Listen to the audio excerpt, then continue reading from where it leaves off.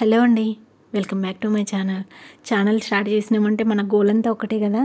మనము YouTube partner అవ్వాలనేసి. అంటే 4000 watch hours 1000 subscribers ఉంటే మన ఛానల్ మానిటైజేషన్ అయిందనుకోండి, మనము యూట్యూబ్ పార్ట్నరే, ఇంకా మనకి మనీ జనరేట్ అవుతూ ఉంటుంది.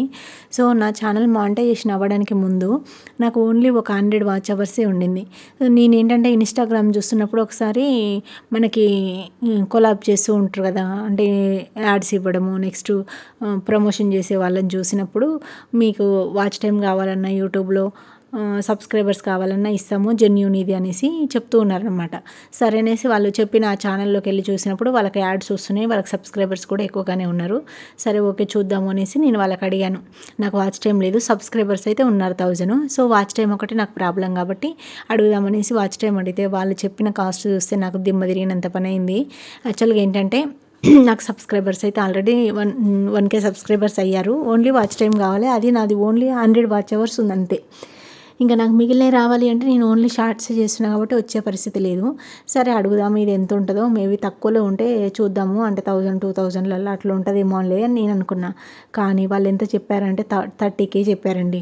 30K అనేసరికి నాకు దిమ్మ తిరిగినంత పని అయింది. మామూలుగా నేను ట్రైప్యాడ్, నెక్స్ట్ చిన్న మైక్ ఇట్లాంటి 2000-3000లలోనే నేను కొనుక్కోవట్లేదు. అంటే మా హస్బెండ్ ఇయ్యకని కాదు, కానీ నేను పెట్టాలనుకోవట్లేదు దీనికోసం ఖర్చు. ఎందుకనంటే నేను వాటి కోసం చాలా వేస్ట్ చేశాను. ఆల్మోస్ట్ చెప్పాలంటే ల్యాక్స్లలో వేస్ట్ చేశాను. అవన్నీ నెక్స్ట్ వీడియోస్లలో చెప్తాను. అన్నీ అంటే ఆ లక్షలలో వేస్ట్ చేయాల్సిన పరిస్థితి ఎందుకు వచ్చింది ఏంటి అనేసి. సో ఏంటంటే ఇప్పుడు నేను ఆల్రెడీ 2020 ఆ టైంలో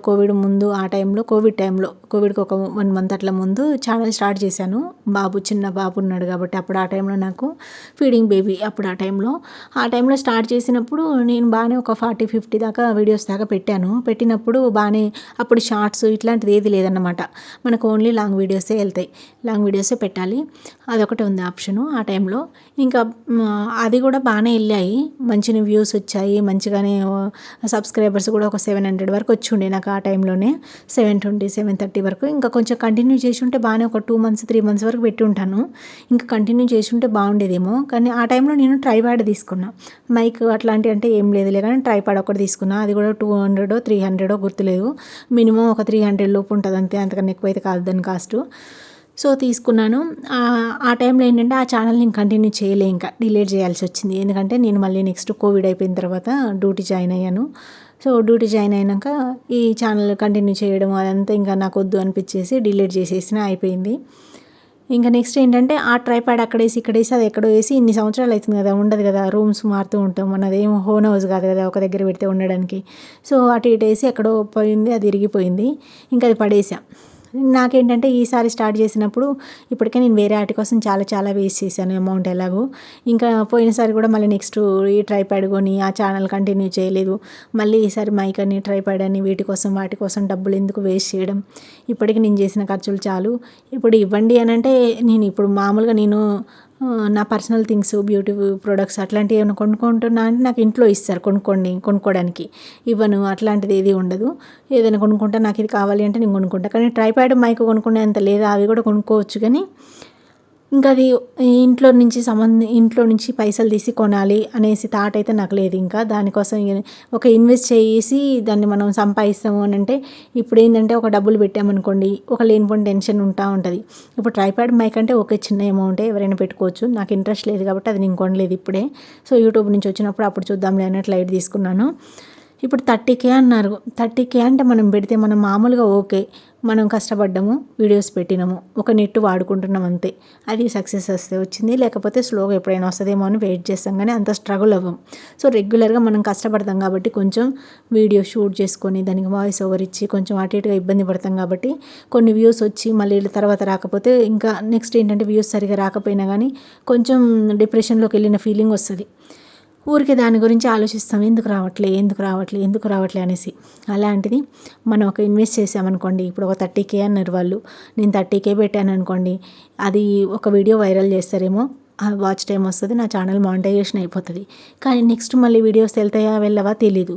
వెళ్ళకపోయి ఉంటే ఆ 30,000 నేను ఎన్ని డేస్కి సంపాదించాలి? అది 30,000 రావాలి అంటే నాకు మెంటల్ టెన్షన్ అవుతుంది. ఇక్కడ అన్ని డబ్బులు పెట్టాను, అది వస్తుందో రాదు, అన్ని డబ్బులు పెట్టాను, ఎన్ని డేస్కి వస్తుందో, ఇంట్లో ఒక టెన్షను, ఇంట్లో వాళ్ళతోని ఇదంతా ఎందుకు లొల్లి. మనకు ఏదైనా ఇన్వెస్ట్ చేయాల్సి వస్తుంది అని అంటే మనకి ఇన్వెస్ట్ చేయకుండా మనం ఓకే రన్ అవుతుంది అని అనుకున్నప్పుడు ఇన్వెస్ట్ చేయకపోవడమే బెటరు. దానికోసం 30,000 20,000 పెడితే అది ఎప్పటికి వస్తుందో ఏమవుతుందో. అందుకోసం ఇంకా నేను లైట్ తీసుకున్నాను. కొంతమంది ఏంటంటే మనకు ఛానల్ మానిటైజేషన్ అయిపోయింది అని అంటే ఓకే అమౌంట్ జనరేట్ అవుతుంది కదా, వస్తుంది తొందరగానే, పెట్టేద్దాము, కొనుక్కుందాము, తీసుకుందాము అనేసి ఇలా అనుకుంటూ ఉంటారనమాట. సో తొందరపాటు నిర్ణయంలో అంటే వస్తుంది ఛానల్ మానిటైజేషన్ అయిపోతే ఎట్లనో ఒకట్లా సక్సెస్ చేసుకోవచ్చు, ఎట్లనో ఒకట్లా వెళ్తుంది, మానిటైజేషన్ అయిపోతే చాలు, ఫస్ట్ అయితే 1000 సబ్స్క్రైబర్స్ వస్తే చాలు అని థాట్లో ఉంటామన్నమాట. సో ఆ తొందరపాటులో నెక్స్ట్ ఏంటంటే వాళ్ళు చెప్పే ఆ ఆఫరు ఇట్లా వస్తుంది, నెక్స్ట్ మీకు వ్యూస్ వస్తాయి, అవి వస్తాయి, ఇవి వస్తాయి అని ఏదో ఒకటి మనల్ని టెంప్ట్ అయ్యేలాగా ఒక విధంగా మనం తీసుకోవాలి కంపల్సరీ, మనం ఛానల్ సక్సెస్ అవుతుందేమో అనేసి వాళ్ళు చెప్పే మాటలన్నీ మనం వినేసి తీసుకునేలాగా మనల్ని ఎంకరేజ్ చేస్తూ ఉంటారు. తొందరపాటులో ఏదో ఒకటి చేస్తే, ఎందుకంటే నేను ఇంతకుముందు ఇలాంటివి నేను చాలా వరకు చేశాను. అందుకోసమే నేను చెప్పాను కదా ల్యాక్స్లో వేసేసాను అనేసి. సో అప్పుడు నాకు ఆల్మోస్ట్ గుణపాఠం ఒకటి జరిగింది కాబట్టి ఇంకా నేను ఎక్కడ ఏది వేస్ట్ చేయదలుచుకోవట్లేదు. అందుకోసమే నేను 30Kలు ఈ కనీసం ట్రైప్యాడ్ గీప్యాడే తీసుకోలేదు. జస్ట్ ఒక 2,000 3,000లో అయిపోతుంది ట్రైప్యాడ్ మైక్. అలాంటిది నేను అవే తీసుకోలేదు. ఇంకా 30K ఎందుకు అనేసి నేను లైట్ తీసుకున్నా. మేబీ 1-2,000 అంటే సరే చూద్దాము, 1-2,000 అంటే మానిటైజేషన్ అయిపోతుంది కదా, మళ్ళీ 1 year దాటితే మళ్ళీ ఉన్న వాచ్ అవర్స్ అంటే ఇంకా నేను నా 6 months అవుతుంది కాబట్టి ఒకసారి ట్రైల్ వేద్దాం అన్నట్టుగా అడిగాను, అంతేగాని మరి 30K అనేసరికి నాకు దిమ్మ తిరిగింది, ఇంకా అవసరమే లేదనిపించింది. ఇక నెక్స్ట్ అయితే చాలామంది ఏంటంటే తొందరపాటులో ఏదో ఒకటి తీసేసుకుందాం తీసుకుంటారు. నేర్చుకో యాప్ ఉంది కదా, నేను నేర్చుకో యాప్ డౌన్లోడ్ చేశాను. ఇంకా నేర్చుకో యాప్ గురించి అంటే నేను ఏంటంటే అందులో అమౌంట్ ఏం కట్ అవ్వదు, సరే నేర్చుకో యాపే కదా డౌన్లోడ్ చేసుకుంటే అయిపోతుందేమో, దానికేమో అవసరం ఉండదేమో అనుకున్నా. కానీ డౌన్లోడ్ చేసిన తర్వాత గుడ్ లక్ ఏంటంటే నేను లాగిన్ ఏం చేయలేదు. లాగిన్ చేయకుండానే యూట్యూబ్లో చూశాను నేర్చుకో యాప్ వల్ల ఏమైనా యూజ్ ఉందా అంటే అది కూడా యూట్యూబ్ టిప్స్ ఉన్నాయి, అవి ఉన్నాయి. మీకు యూట్యూబ్లో ఇట్లా అవ్వాలి, వీడియో వైరల్ అవ్వాలంటే ఇలా అలా అనేసి ఏదో ఒకటి చెప్తూ ఉన్నారు కదా, వాళ్ళ అడ్వర్టైజ్మెంట్ వాళ్ళు ఇస్తూ ఉన్నారు కదా. సో నేనేంటంటే అది చూసి నేను డౌన్లోడ్ చేశాను. నెక్స్ట్ ఏంటంటే ఒకసారి చూద్దాం ఎంతవరకు బెనిఫిట్స్ ఉన్నాయి, ఎవరో ఒకరు డౌన్లోడ్ చేసి ఉంటారు, యూట్యూబ్లో ఏది కొట్టినా వస్తూనే ఉంటుంది కాబట్టి అనేసి యూట్యూబ్ నేర్చుకో యాప్ గురించి అనేసి సెర్చ్ చేస్తే ఒక వీడియో వచ్చింది. వీడియో చాలా వచ్చినాయి అనుకోండి. ఒక వీడియో కింద అయితే ఎన్ని కామెంట్స్ ఉన్నాయంటే నేను అనవసరంగా డౌన్లోడ్ చేశాను, నా అమౌంట్ ఎవ్రీ మంత్ కట్ అయిపోతుంది, ఆటో డెబిట్ అయిపోతుంది, సో నేను అసలు ఎలా స్టాప్ చేయాలో తెలుస్తలే, ఈ సెట్టింగ్స్ ఎట్లా చేయాలో చెప్పండి అనేసి ఎంతమంది ఎన్ని కామెంట్స్ పెట్టారో. అది యాక్చువల్గా ఏంటంటే మనకి ఫస్ట్ ఫ్రీ ట్రయల్ అనేసి అదేంటంటే మనం ఇంప్రెస్ అవ్వడానికి ఫర్ డే 5 రూపీస్, 10 రూపీస్, 1 మంత్కి 50 రూపీస్, 99 రూపీస్ అని ఇట్లా మనం ఇంప్రెస్ అయ్యి ఓకే తక్కువ అమౌంట్ ఉంది కదా 1 మంత్కి, సరే చూద్దాము ఈ 1 మంత్ అయితే ట్రై చేద్దాము, తర్వాత మంచిగా ఉంటే కంటిన్యూ చేద్దాం, లేకుంటే లైట్ తీసుకొని డిలీట్ చేద్దాము అన్న ఆ థాట్లో మనం డౌన్లోడ్ చేస్తూ ఉంటాం. కానీ మనం అమౌంట్ 100 రూపీస్, ఆ 10 రూపీస్ పే చేస్తున్నప్పుడే పక్కన ఉంటుందంట, కిందనో పక్కన ఎక్కడనో, ఇంకా నేను లాగిన్ చేయలే కాబట్టి నాకు తెలీదు. సో ఆటో డెబిట్ అనేది ఇంత అమౌంట్ అనేది అక్కడ ఉంటుందంట. సో నువ్వు ఒకసారి లాగిన్ అయినవు అని అంటే నీ మొబైల్ నెంబర్ తోటి ఇంకా కదా మనం ఎవ్రీ మంత్ ఆటో డెబిట్ అవుతూనే ఉంటుందంట. నువ్వు చాలా అదేమంటారు యాప్ డిలీట్ చేసినా కానీ, నేర్చుకో యాప్ డిలీట్ చేసినా కానీ కంటిన్యూగా ఇంకా మన అకౌంట్లో నుంచి ఆటో డెబిట్ అవుతూనే ఉంటుందంట ఎవ్రీ మంత్. అక్కడ అన్ని కామెంట్స్ చూశాను నేనైతే, ఇట్లా అవుతుంది, ఏం చేయాలి, ఎలా ఆఫ్ చేయాలి, ఆ సెట్టింగ్ ఎట్లా ఆఫ్ చేయాలి అనేసి. సో చాలామందిని చూసిన తర్వాత నేను లాగిన్ చేయకపోవడమే బెటర్ అనిపించింది. ఇంకా ఈ యాప్లు గీపులు ఇటు జోలి కూడా వెళ్ళకుండా ఉండడం బెస్ట్. మనకేంటంటే అక్కడ కూడా వాళ్ళు చెప్పారన్నమాట, మీకు యూట్యూబ్లో మీకు నేర్చుకో యాప్లో కూడా అంతగా మరీ ఏదో పెద్ద పడేసే అన్ని టిప్స్ ఏం లేవు. మనకి యూట్యూబ్లో చాలామంది ఉన్నాయి, అంతకు డబ్బులు పెట్టారు, చాలామంది క్రియేటర్స్ చాలా టిప్స్ పెట్టారు, ఇందులో చూసుకుంటే సరిపోతుంది, అంతేగాని స్పెషల్గా మళ్ళీ దాన్ని డౌన్లోడ్ చేసుకొని దాంట్లో చూస్తే అంత గొప్పగా ఏం కూడా లేవులేండి అని చెప్పారు. సో నాకు కూడా అనిపించింది ఇంకా అవి ఇవి చేసిన దానికంటే ఏదైనా డౌట్స్ ఉంటే యూట్యూబ్లో చూసుకోవడం బెటర్ అనిపించింది. ఇంకా మన లక్ అంటే ఇక మనం కష్టపడిన రోజులు కష్టపడాలంతే, ఏదో ఒక టైం మన టైం బాగుంటే, మన ఫెయిత్ బాగుంటే ఆటోమేటిక్గా అదే జరుగుతుంది. సో అట్లా అనుకొని చేసుకుంటూ వెళ్ళడమే. కష్టపడ్డోడికి ఏదో ఒక టైంలో ఏదో ఒక మంచి టైం అయితే వస్తూనే ఉంటుంది కదా. సో అట్లా అనుకొని ఇంకా మనం ముందుకు వెళ్ళడమే. ఇంకా నాకు ఇక్కడ ఏంటంటే ఇంకా పూజ సామాన్ అంతా క్లీన్ చేశాను. ఇందాక కాయిన్స్ ఉన్నాయి కదా అవన్నీ అక్కడ ఒక బౌల్లో వేసి అమ్మవారి రూపం ఉంది కదా రాగి కాయిన్, ఆ రాగి కాయిన్ పెట్టేసి అక్కడ పెట్టేసాను నేను. దేవుడి ఫొటోస్ దగ్గర. ఇంకా లాస్ట్ టైం నాకు అన్ని దీపాలు కూడా ఎక్కువేం లేవు, ఎందుకంటే నేను సాటర్డే రోజు పిండి దీపాలు పెట్టాను కాబట్టి ఓన్లీ బౌల్సే ఉన్నాయి. తులసమ్మ దగ్గర పెట్టిన ఒక దీపం, ఫ్రైడే రోజు పెట్టింది లేదు ఇంకా, అందుకోసం ఇంకా అటు వరకు క్లీన్ చేసిన. ఇక్కడ ఆలుగడ్డ బజ్జీలు చేద్దామనేసి చేస్తున్నాను. యాక్చువల్గా మాకు స్నాక్స్ ఈరోజు చేయాలి, డైలీ చేసుకోవాలి, లేదంటే వీక్లీ వన్స్ చేయాలి, అట్లాంటిది ఏం లేదు. ఎప్పుడు తినాలనిపిస్తే, ఎప్పుడు మాకు కావాలనిపిస్తే అప్పుడు ఫ్రీ టైం ఉంటే అప్పుడు చేసేసుకుంటాం అంతే. ఇంకా బయట కూర్చున్నామంటే హాయిగా ఉంటుంది మాకు. ఏంటంటే సెకండ్ ఫ్లోర్ కదా, ఈ డోర్ తీస్తే వీళ్ళు కనిపిస్తారేమో, పక్కన వాళ్ళు కనిపిస్తారేమో బయట కూర్చుంటే అనేసి ఈజీగా అట్లాంటి అన్ఈజీగా ఫీల్ అయ్యేది ఏది ఉండదు. ఎందుకంటే ఎవరు ఉండరు, అందరిది ఫస్ట్ ఫ్లోర్స్, అట్లా గ్రౌండ్ ఫ్లోర్ వరకే ఉంటుంది. సో కొంచెం పక్కన దూరంగా ఒకటి సెకండ్ ఫ్లోర్ వాళ్ళు కూడా ఉంటారు, కానీ వాళ్ళు ఏంటంటే ఎక్కువ ఉండరు, అసలు బయట ఉండరు.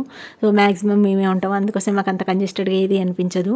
ఏంటంటే ఇప్పుడు ఈ సమ్మర్ వరకే కదా వాడుకునేది బయట, ఇంకా నెక్స్ట్ వింటర్ రెయిన్ సీజన్ అయితే అసలు మనం బయటికి రాము. ఇంకా ఉన్న 2 రోజులు పెంట్ హౌస్లో ఉన్నాం కాబట్టి ఉన్న రోజులు ఆస్వాదించాల్సిందే, తర్వాత ఎక్కడికి వెళ్తామో ఏమో తెలీదు. నెక్స్ట్ ఇదే మనం ఓన్ హౌస్ కాదు కదా, ఎప్పుడు ఎక్కడికి వెళ్తామో, మళ్ళీ పెంట్ హౌస్ దొరుకుద్దో, కిందనే ఉంటామో పైన ఉంటామో ఎక్కడ ఉంటామో అనేది మనకు తెలీదు. సో ఉన్న రోజులు వాడుకోవాల్సిందే. ఇంకా కొంతమందికి ఇష్టం ఉంటుంది పెంట్ హౌస్, చాలామంది ఏంటంటే ఫస్ట్ ఫ్లోర్ ప్రిఫర్ చేస్తారు, ఎందుకంటే పైకి ఎక్కలేక నెక్స్ట్ కింద కూడా కొంచెం వర్షాలు అట్లాంటి టైంలో కూడా ఇబ్బంది అవుతుంటుంది కాబట్టి మ్యాక్సిమం ఫస్ట్ ఫ్లోర్లో ఉండడానికి ఇంట్రెస్ట్ చూపిస్తూ ఉంటారు. ఇక్కడ ఏంటంటే ఇంకా మాకు ఫ్లోర్కి ఒక్కలమే కాబట్టి అంత ఇబ్బంది ఏమి అనిపించదులేండి, ఒకసారి ఎక్కినామంటే మళ్ళీ ఏం దిగం కదా. సో మాకైతే హ్యాపీగానే ఉంది సెకండ్ ఫ్లోర్ అయినా కానీ.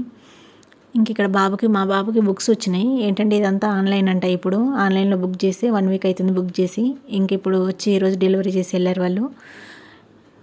ఈ ఒక 4 నోట్ బుక్స్, ఒక 4 బుక్స్ వచ్చినట్టుంది, టెక్స్ట్ బుక్స్, వీటికి 10K అంట. అసలు ఈ ఫీజులు ఒక 1 lakh, ఈ బుక్స్కి, స్పోర్ట్స్కి, అసలు మనం చేసినవి మొత్తం వీటికే సరిపోతున్నాయి. మ్యాక్సిమం మనం ఎంత చేస్తామో దానికి ఇంకా ఎక్స్ట్రా ఖర్చు అవ్వడమే తప్ప అసలు మిగిలేది ఏది ఉండదు. చూసే వాళ్ళందరూ హైదరాబాద్ పోయారు కదా, ఎంతవరకు సంపాదిస్తారో ఏమో అనుకుంటారు, కానీ అసలు ఈ ఖర్చులు వీటికే సరిపోతున్నాయి మ్యాక్సిమం. ఇంకెక్కడ మిగులుతాయి? అప్పు కాకుండా వెళ్తే చాలు హైదరాబాద్ నుంచి ఇంటికి.